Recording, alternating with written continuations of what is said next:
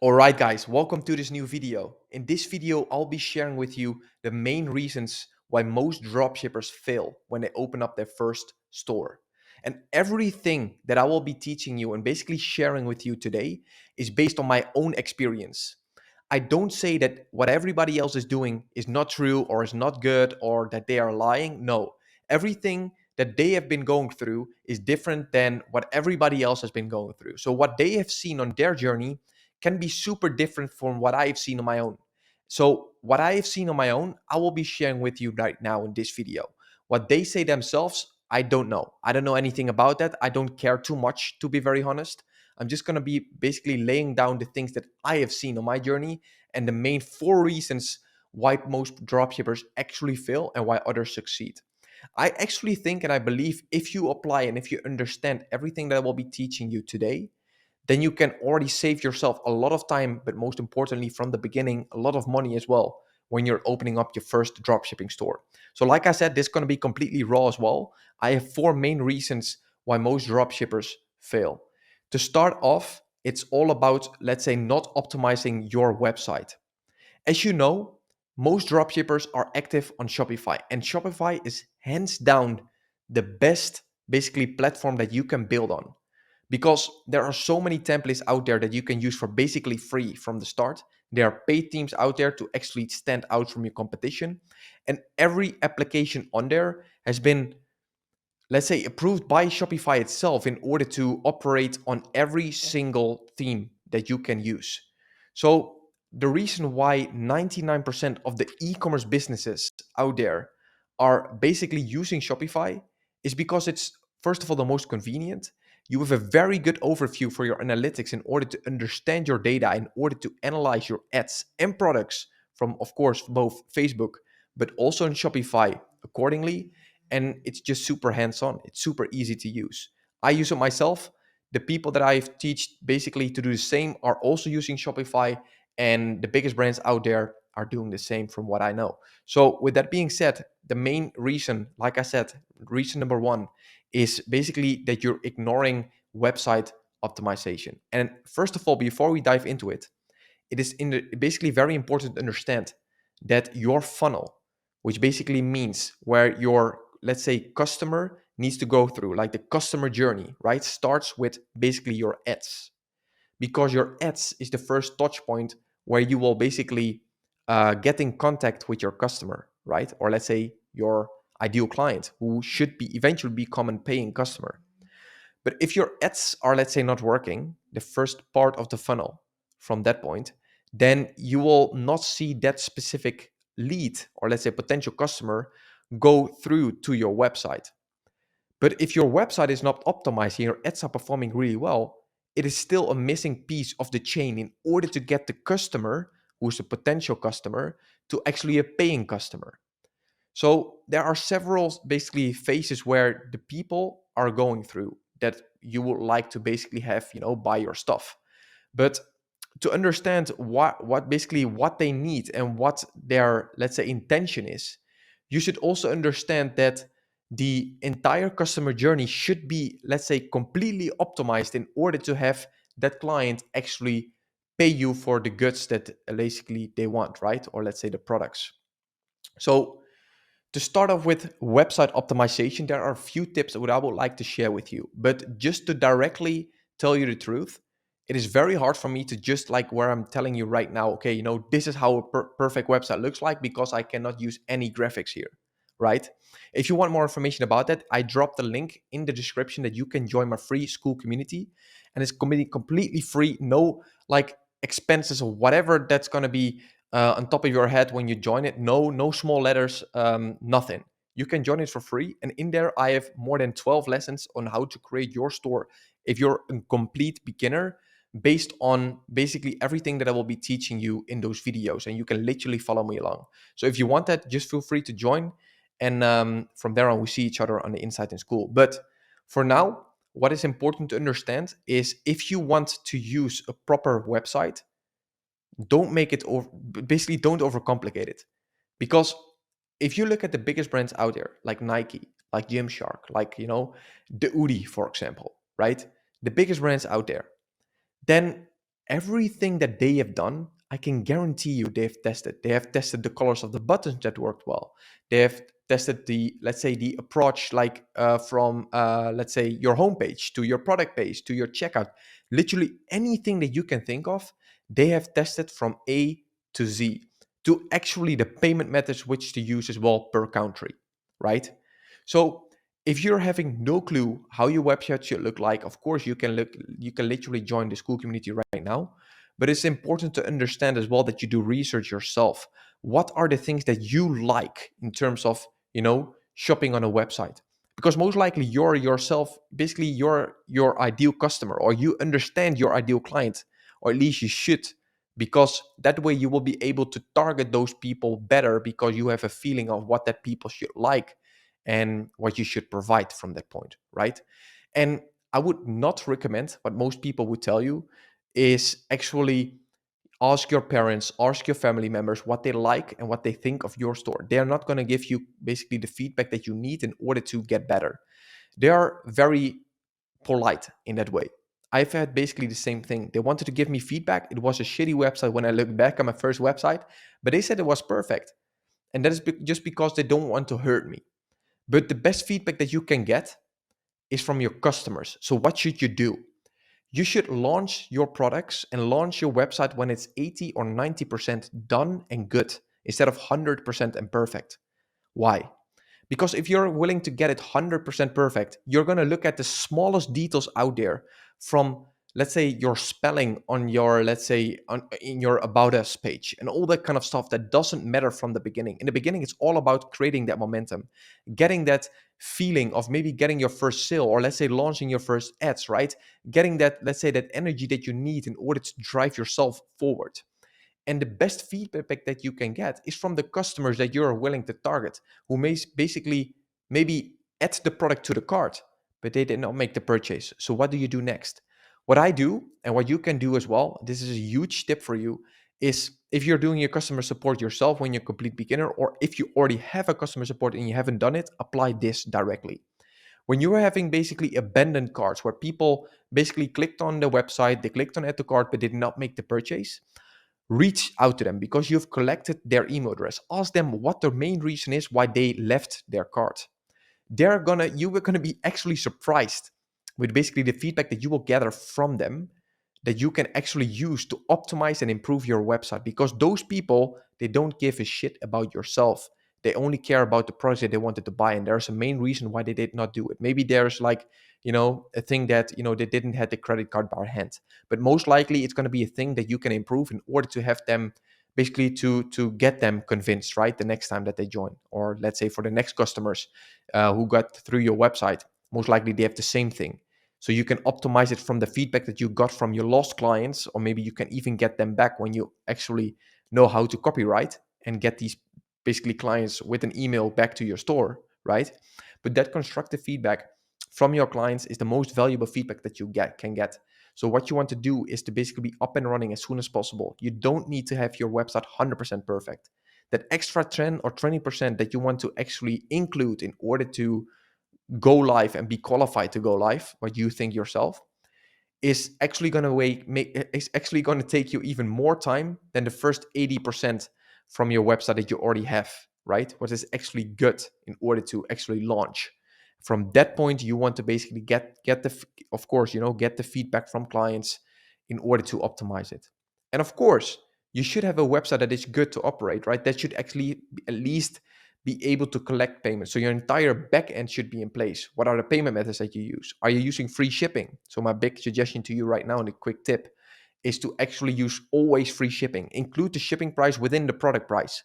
Because if you're going to use an extra shipping cost on top of the product price where people already added to cart, there's going to be another obstacle in the latest stage before they make the purchase, which is actually paying for the shipping as well, which will most likely basically be the main thing that people will abandon their cart when they're in your checkout already and they refuse to make the purchase, because people don't like shipping costs.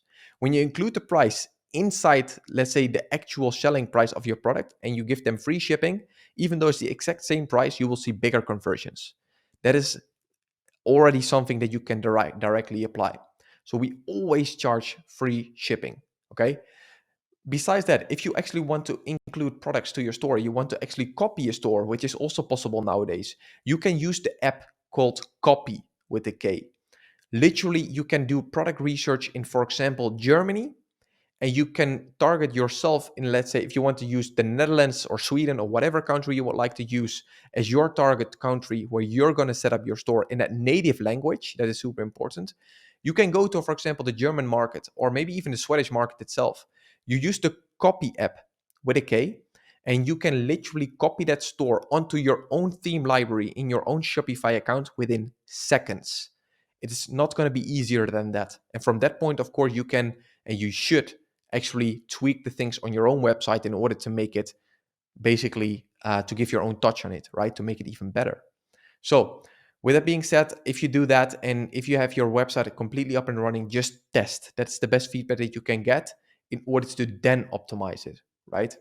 So from that point, there is going to be a super important thing and a super important pillar that you should have in place in order to get the purchases as well in between, let's say, the ads where I already talked about and the website, which is point two. And that is actually finding products that actually sell. And how do you do that? Look, there are so many people out there, gurus on the internet, maybe people you follow, maybe people around you that tell you should use like all kind of like tools, product research tools that are like, first of all, costing you hundreds of dollars per month, and you don't even know how to use it properly. And the worst thing about it is, if it's a done for you tool, what you think it might be good because you can just lay back and just use the product that they will search for you, everybody else has access to those products. And that's not what you want to do, because then you're just one of the many. You want to be one of the few. And how do you do that? You use a method that I call the scavenger method. And this is a method that you can use that you're actually doing in the Facebook ad library. The Facebook ad library is a completely free tool that you can use from Facebook, from Meta itself, where you can literally search the biggest brands out there, from Nike to all the brands maybe that you like, that you even purchase yourself. I will also drop down the link of the Facebook ad library so you can use it and basically do product research on it inside the description. You can use like, you can search for like the biggest brands out there, like I said, but also for, let's say, the actual grocery store around your corner, like the small businesses, right? Even if you're advertising on Facebook, you will see your own ads there. But the good thing about it is, if you do product research in, for example, Germany, when you're selling in the Netherlands or somewhere else, then you actually want to use the native words, like, for example, 50% off, like as long as stock lasts, almost out of stock, back in stock, or maybe product, let's say keywords related to the product, right? You want to use that in a native language of the country that you're selling in. And you use that in the search bar, you paste it in the search bar, and you'll see hundreds, if not thousands of ads popping up that are active right now. And what does that mean? When they're selling right now and they're active for longer than, let's say, 2 to 3 days, most likely they're making money of it. No one is going to actually spend money on ads which is not providing them any profit. They're going to kill it in the first or maybe second day. So if you want to do product research, use the Facebook ad library, my suggestion. And then if you want to also find out more details about it, I will also drop another value drop like in the description as well, where you will basically find myself doing and explaining the scavenger method to you in like a 30-minute training that you can also follow along. But it's super important to use keywords in a native language with the Facebook ad library. And in the filter tab in the top right, you use active ads. So you're not going to use any ads or search any ads that are inactive, because they're not making money with it. Otherwise, it would still be running, right? So what you want to do, if you're selling in, for example, Germany or wherever you're going to sell, right? You want to do product research in countries outside of Germany that are, let's say, products that are selling in other countries, so you can use those in your market and test them yourself. We don't want to reinvent the wheel here. It is super important that you already use what is already working, instead of, let's say, willing to reinvent the wheel, what is first of all going to cost you way more time and way more money in order to make it work, because you already do know what is working based on what they are using, right? So I hope that made a little bit of sense. I know I go really fast, but I just want to basically break down the main reasons why most people fail. And that's why, um, product research is so important, because product is the actual thing that you're selling, right? If you're selling a service or whatever, then the delivery of that service is the main thing that people will buy, right?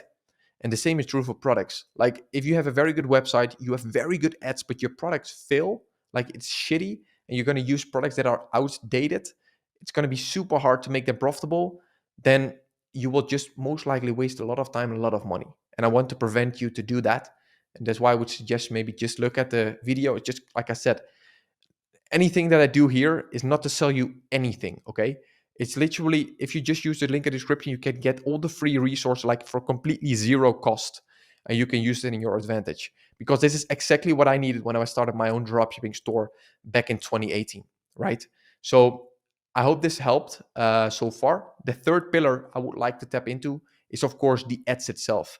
If you don't know how to analyze your ads, you know maybe how to launch your ads, right? But if you don't know how to analyze your ads, then you will never be able to scale it eventually towards the big numbers, because you cannot make the right decisions, first of all, by looking at the data. So you should understand the data. And how do you understand the data? You can have all the analyzing documents that you want as, let's say the basement, right? In order to analyze it, which is important for you in the beginning. But if you're not doing it, if you're, let's say, not willing to actually go live, you would not like to, be on the battlefield to actually test the products, you will never be able to analyze it with just a document. This Facebook ads is something that you can only, let's say, learn by actually launching your products, by failing. You want to fail so bad, like quick, because that will allow you to then make the right decision the next time. And that is why it's so important. This is a quick side tip, to test at least 2 to 3 products per day. If you do that, you will outscale your competitors by the amount of product you test, because nobody is willing to do that and put in that effort. And if you're watching this video, I basically assume that you're serious about this and you would like to take this to the next level. So if you want to do that, test 2 to 3 products per day minimum. I test 5 products per day every single day, only Sunday off for my team. But 5 products per day times 6 is literally 35 products per week.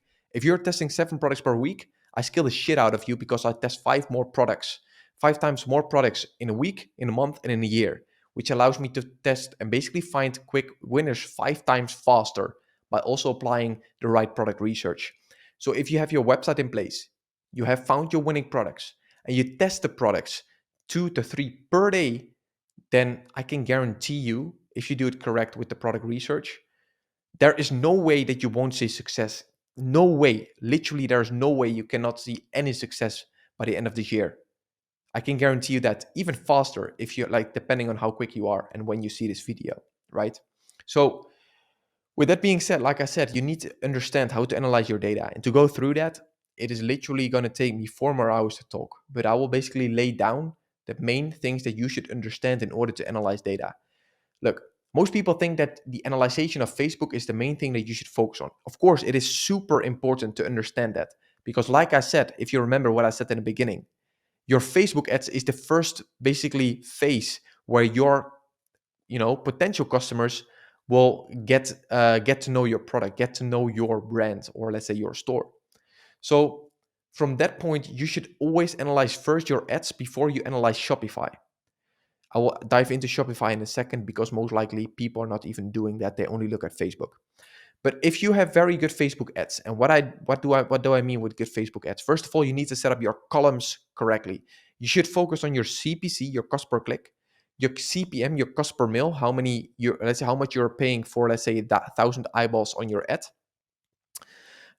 Your CTR percentage, right? Your click-through rate, your ROAS, your add to cart percentage on both Shopify and on Facebook, and of course as well the basically the checkout reached. If you focus on those things and eventually the purchases, which is like the leading factor, right, in order to make proper decisions, then you should be focusing on a CPC of, I always recommend, lower than 50 to 60 cents in 1 day of testing. 1 day of testing, you should have a CTR normally above 2%, and your CPM, depending on the country, and I will also explain more of that within, let's say, the modules and the lessons that I've basically given out for free in the school community that you can join, like I said. The CPM should be, let's say, not higher in most countries, let's say Europe, Scandinavian and Northern Europe, not higher than, let's say, 15 euros. Normally it would be even better to have 10 or 12, but 15 is, let's say, the maximum, right? Because if you're paying way more for your ads, and you're having, let's say, 30 euros CPM and I have a 15 euro CPM, I can target basically, one second, I can target the same amount of people with basically the cost that is 2 times cheaper, which allows me to get 2 times more eyeballs. Facebook is going to basically drive the traffic. If I test the same product as you, the best traffic that are having buying behavior towards my store instead of yours. So it's super important to understand what these metrics do, what they mean. That is first of all like the foundation, but then as well, like I said, you need to be out in the battlefield. You need to understand the data by actually playing the game and not just reading about it, right? So if you do that, then it's super important to look at the next step, which is your add to cart rate on Shopify, and to compare that to Facebook. If that is not working, you can use tools that are actually allowing you to also have, let's say, your actual, let's say, ROAS, your return on ad spend, that are actually true, because sometimes Facebook is lacking data or it's taking too long to actually give you the right data in order to make the right decisions at the right time. Therefore, I use a tool, the best tool there out there that's completely free until 40,000 euros in revenue. That's going to be TrackB. TrackB is actually basically a party where I'm a partner of. If you want to use that, I can drop the link as well in the description. You can use it for free, like I said, until 40,000 euros of revenue. So you can actually monetize it already a lot, make decision on actual factual data instead of the numbers that are not even true. So you're going to launch and analyze and scale eventually the right ads and ad sets, and not only be dependent on Facebook, basically by then making the wrong decisions, maybe scaling the ads that are not performing well, what you thought of, right? So with that being said, like I said, Facebook is like the foundation. That's what you should understand in order to analyze data. But then you have Shopify. Most people don't look at Shopify. When you go to, let's say, your analytics and you click on, let's say, sessions by landing page, how it's called, you can analyze, if you're testing like 2 to 3 products per day, you can analyze the products literally per day, but per product, instead of like just going to the analytics and looking at the cart in it, you checkout and purchase, because that's only going to show you those numbers, those metrics from your entire website, from all the products together. Because it could be that you have, let's say, if you're testing 2 products per day, or let's say 3 products per day, that one is working really well, the other two like are shitty, right?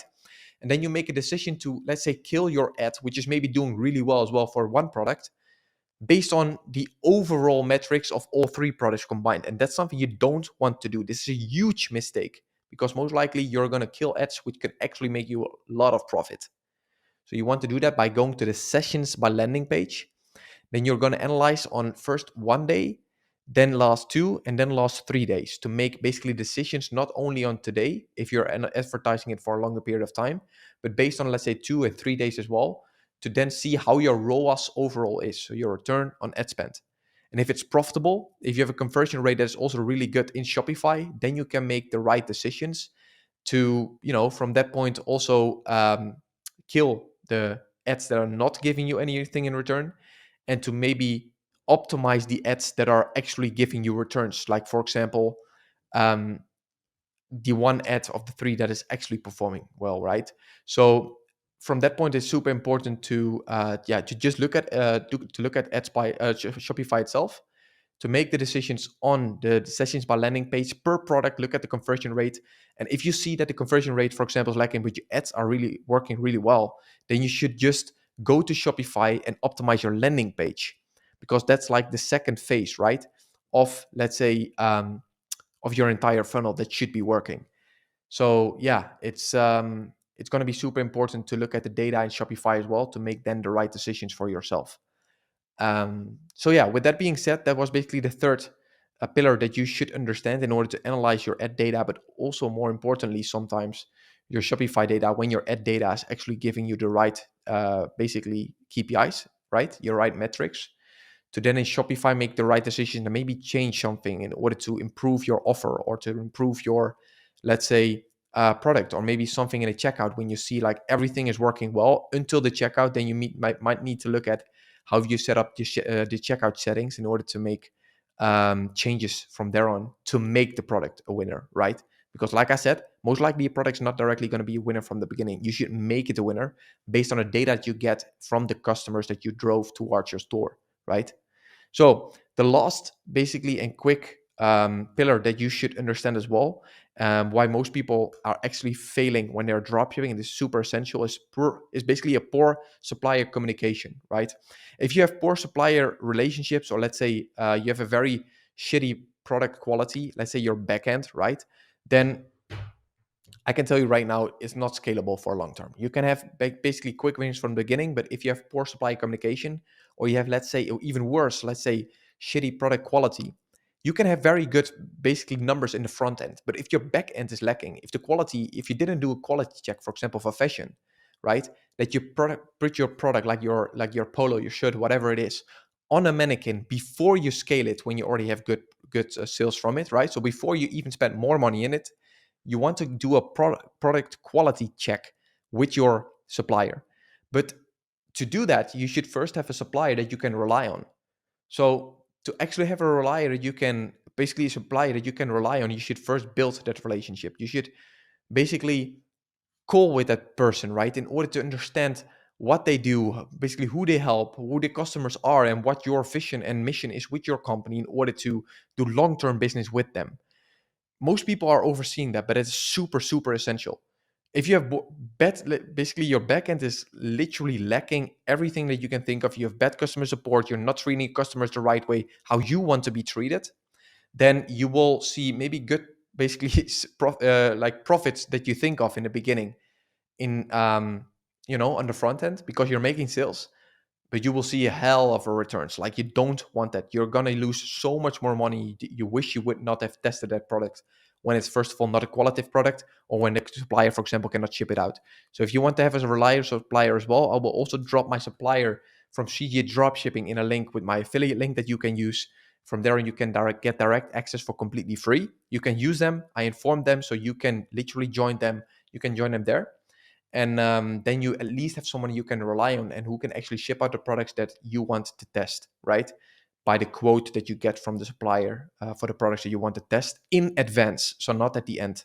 So you're also not, let's say, selling your products for a very low profit, let's say very low price, while the shipping price is actually higher than you expected. So that's why it's important to also have a supplier that you can rely on, who's not going to, let's say, then increase the numbers from one day to the other, so you're cutting your own profits, right? So all of those things are super important to basically have in place. I also created a video about it and how to find, suppliers yourself if you don't want to use CG dropshipping, or if you already use that. Another option is SendDrop, and if you want a private agent, that's also possible. I created a video for that. You can check it out, and you can use it in your advantage. So guys, with that being said, I genuinely hope this was valuable for you. And yeah, I'm gonna do this more often, because I received some great feedback on my first videos as well, where what I basically did in this kind of style. So I hope this one was valuable as well. And let me know what you would like to maybe see in the next videos. Then I will also use that, and yeah, I can talk about that in the next videos as well. With that being said, thank you for watching. Please provide this video as well to others who might want to see this as well. And then we'll see each other in the next video. This was Carlos. Peace.